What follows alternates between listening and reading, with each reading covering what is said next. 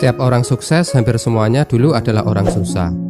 Mereka bekerja keras dan akhirnya mendapatkan apa yang mereka idamkan lewat perjuangan yang berat. Salah satu contoh orang sukses itu adalah pendiri perusahaan raksasa Indonesia yang memproduksi air minum Aqua, yakni Pak Tirto Utomo.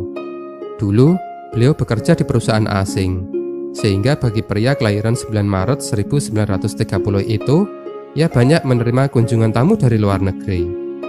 Nah, saat itu ada sebuah kejadian yang membuatnya malu dan sedih.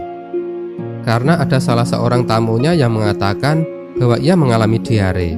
Penyebabnya karena ia meminum air putih yang disajikan.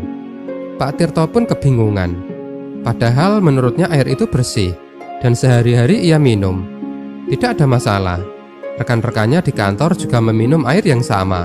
Semuanya baik-baik saja.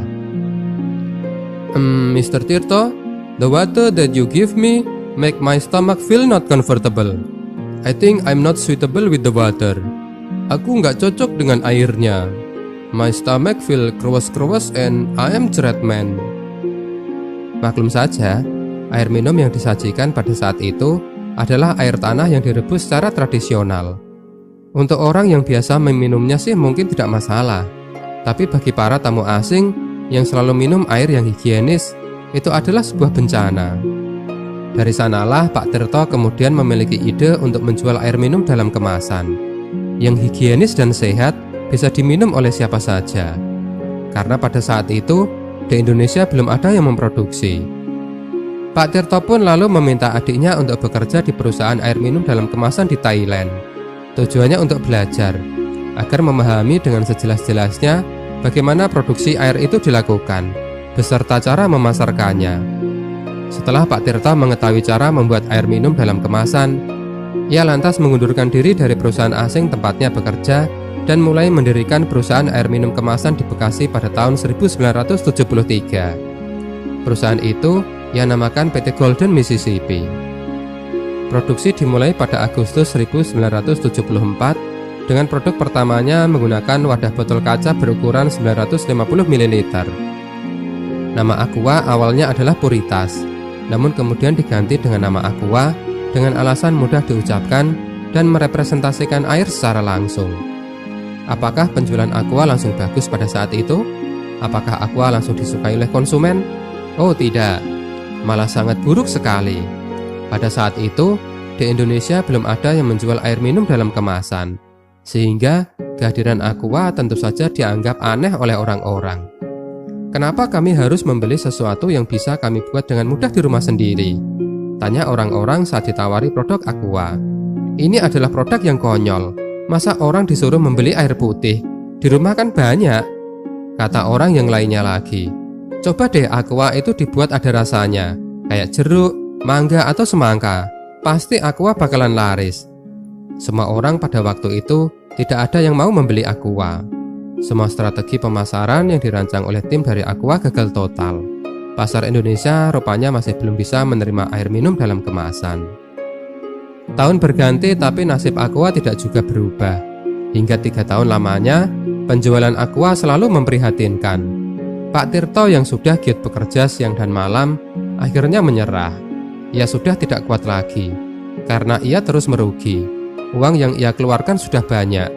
Tapi Aqua sepertinya tidak menunjukkan gejala akan diterima pasar. Malah sering ditolak, dicibir, direndahkan, ditertawakan, dihina-hina. Banyak yang menyayangkan Pak Tirto yang keluar dari pekerjaannya hanya untuk berjualan air putih saja. Masa jualan kok air putih? Harapan Pak Tirto rupanya tidak seindah dengan kenyataan. Lalu sebuah ide gila pun dilakukan. Aqua akan dinaikkan harganya sampai 3 kali lipat dari harganya pada saat itu. Lah, masa dinaikkan? Dengan harga saat itu saja tidak laku, kok malah akan dinaikkan? Tapi ya udahlah, toh perusahaan juga akan ditutup kan? Nggak laku pun juga nggak apa-apa. Dan strategi lainnya, Aqua mengganti target pasarnya. Dari yang semula mengincar masyarakat biasa, beralih ke perusahaan asing. Memang sih segmen pasarnya sangat kecil sekali, tapi tetap layaklah untuk dicoba. Karena waktu itu perusahaan asing juga cukup banyak kan di Jakarta, seperti perusahaan Korea, yang waktu itu sedang menangani proyek tol Jagorawi. Tidak disangka-sangka, penjualan Aqua malah naik pesat. Produknya diterima. Para karyawan perusahaan asing itu merasa lebih segar saat meminum air Aqua bila dibanding dengan meminum air rebusan seperti yang sudah-sudah. Agaknya orang mulai percaya bahwa air minum Aqua merupakan air minum dengan kualitas tinggi justru saat harganya dinaikkan. Aqua mulai bangkit dari perusahaan yang hampir terjerembab menjadi jaya dan makmur sejahtera. Aqua menggeliat, apalagi saat ditemukan teknologi botol air minum dalam kemasan plastik sehingga Aqua jadi lebih mudah didistribusikan. Seiring berjalannya waktu, Aqua menjadi standar air minum segar dan sehat.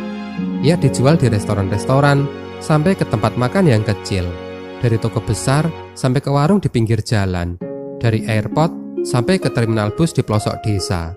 Aqua laris manis dan terjual di mana-mana. Pak Tirta Utomo meninggal pada tahun 1994. Namun semangat dan inspirasinya dan Aqua akan terus selalu ada dan menyegarkan kita semua.